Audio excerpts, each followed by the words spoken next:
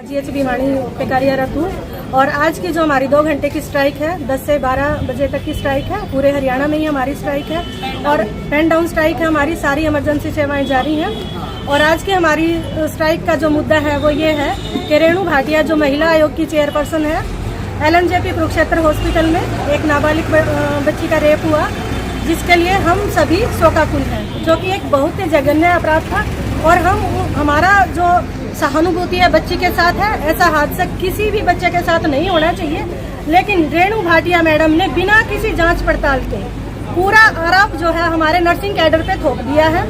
ठीक है, एक डॉक्टर जो कि पहले से रेप अक्यूज्ड था, उसको जेल हो चुकी थी, कंसल्टेंट के रूप में उसको दोबारा से ओपीडी में ड्यूटी अपॉइंट की गई और मैडम ने पूरा आरोप नर्सिंग ऑफिसर्स पे लगाया कि उन्होंने ध्यान क्यों नहीं रखा, जो कि बिना किसी जांच पड़ताल के था। ओपीडी में हमारे नर्सिंग ऑफिसर्स की ड्यूटी नहीं होती, नर्सिंग ऑफिसर कोई चौकीदार नहीं है। तो ये और साथ में उन्होंने सोशल मीडिया पे हमारे बच्चों की अनहोनी की कामना की। सभी सोशल मीडिया पे एक बार नहीं बार बार वो प्रेस मीट करती हैं और सीधा नर्सिंग ऑफिसर को टारगेट करती हैं। हमारा जो एक सेवा भाव है उसको उन्होंने कलंकित किया है, हमारे प्रोफेशन को। एक तरफ तो देश मूवी बना रहा है नर्सिंग ऑफिसर्स पे भारत भाग्य विधाता करके, यानी वो सारे दावे खोखले हैं। जो हमें सम्मान देने की सोशल मीडिया पे बातें चल रही है वो सारे बेबुनियाद और खोखले हैं। साथ में हम दिन रात ड्यूटी करके मरीजों की, अपने बच्चों के लिए दुआएं कमाना चाहते हैं और हमें मिली है बददुआएं। सोशल मीडिया पे जो अक्यूज्ड है उसके लिए इतनी हेट नहीं है, इतनी नफरत नहीं है। सारे केस को नर्सिंग ऑफिसर्स पर थोप दिया गया है। किसी ने पूछा उस अपराधी को फांसी क्यों नहीं हो रही, इतने दिन क्यों लगाए जा रहे हैं, जांच निष्पक्ष क्यों नहीं की जा रही, अपराधी को फांसी की मांग क्यों नहीं की जा रही।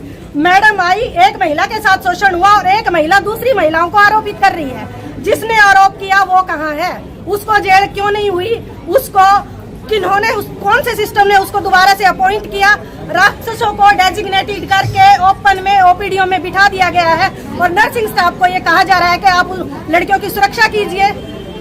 मेरे को ये बताओ इन बातों में कहाँ तक की सच्चाई है। मैं सभी से हाथ जोड़कर विनम्र निवेदन करती हूँ, सोशल मीडिया से और सरकार से मेरा निवेदन है, हम सभी नर्सिंग कैडर की तरफ से हमारा ये निवेदन है कि हमारे प्रोफेशन को कलंकित क्यों किया गया। हमारे बच्चे जो निर्दोष हैं, जिनके लिए हम दिन रात ड्यूटियां करते हैं और दुआएं कमाने की कोशिश करते हैं, उनकी अनहोनी की कामना क्यों करी गई है। बस इस बात का हमें पूरे सोशल मीडिया से और देश की जनता से मैं इसकी उम्मीद करती हूँ और साथ में हमारी जो हड़ताल है ये कंटिन्यू रहेगी, हमारा आक्रोश जारी रहेगा। आज पूरे जब तक मैडम माफी मांगे, हमारी मांग है अपराधी को फांसी दी जाए और जो रेणु भाटिया मैडम है वो माफी मांगे हमारे पूरे नर्सिंग कैडर से और साथ में जिस पद पे वो है वो उस पद के लायक नहीं है, वो इस्तीफा दे तुरंत प्रभाव से। महिलाओं को टॉर्चर करने के बाद वो महिलाएं का जो हमारा है, सिर्फ हरियाणा में हमारी स्ट्राइक है, पूरे हरियाणा में चंडीगढ़, रोहतक, पीजीआई सभी इन्वॉल्व है, NHM, RCH जितना भी हमारा नर्सिंग का स्टाफ है सारा इन्वॉल्व है और यही हड़ताल आगे हम कंटिन्यू रखेंगे। अगर हमारी मांगे पूरी नहीं हुई, मैडम ने माफी नहीं मांगी और आगे देशव्यापी यह हड़ताल जाने वाली है, हम आगे बड़े स्ट्राइक की और आंदोलन की घोषणा करेंगे आज शाम तक।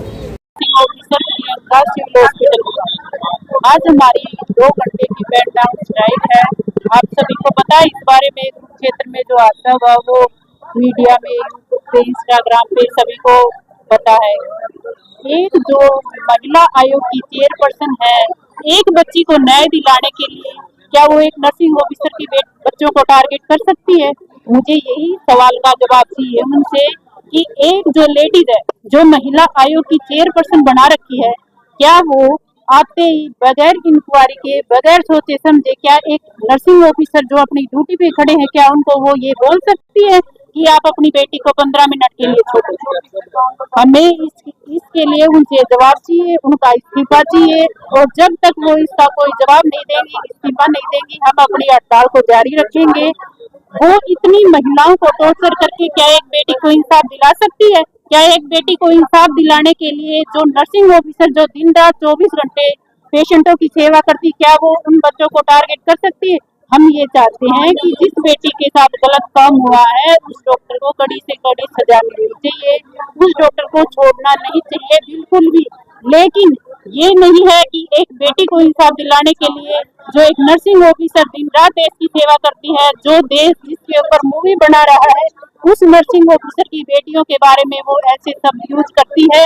हम इसकी घोर निंदा करते हैं और जब तक वो अपना इस्तीफा नहीं देंगी हम अपनी हड़ताल को जारी रखेंगे। नर्सिंग ऑफिसर GH बुआन जो रेणु भाटिया जी ने जो नर्सिंग कैडर को टारगेट किया है, उसके अंदर हमारी नर्सिस की कोई भी ऐसी मिलीभगत नहीं है। उनका ये बिल्कुल ही बहुत ही गलत बयान है कि वो है ना एक डॉक्टर के साथ मिलकर नर्सिस की मिलीभगत है।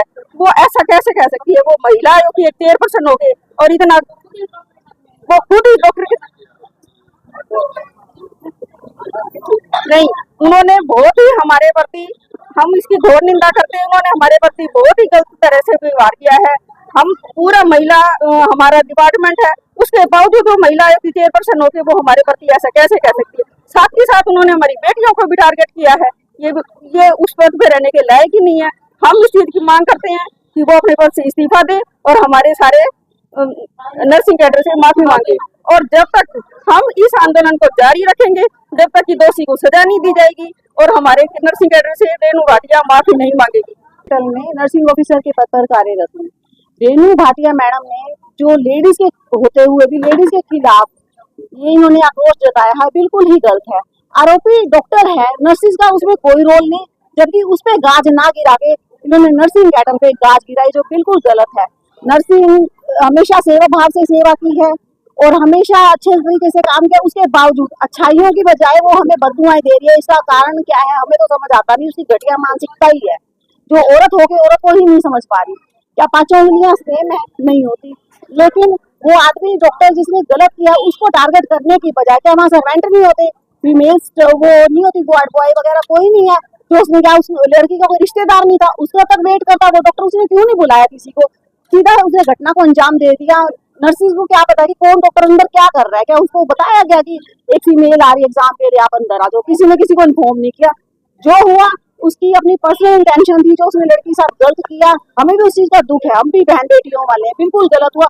और मैं खुद चाहूंगी उसको ज्यादा से ज्यादा सजा दी जाए ताकि कोई भी डॉक्टर इस कुर्सी पे बैठ के गलत काम कहीं ना कर सके। Thank you. हम इसको एक्सीड करेंगे, इसको बढ़ाएंगे और नेशनल लेवल तक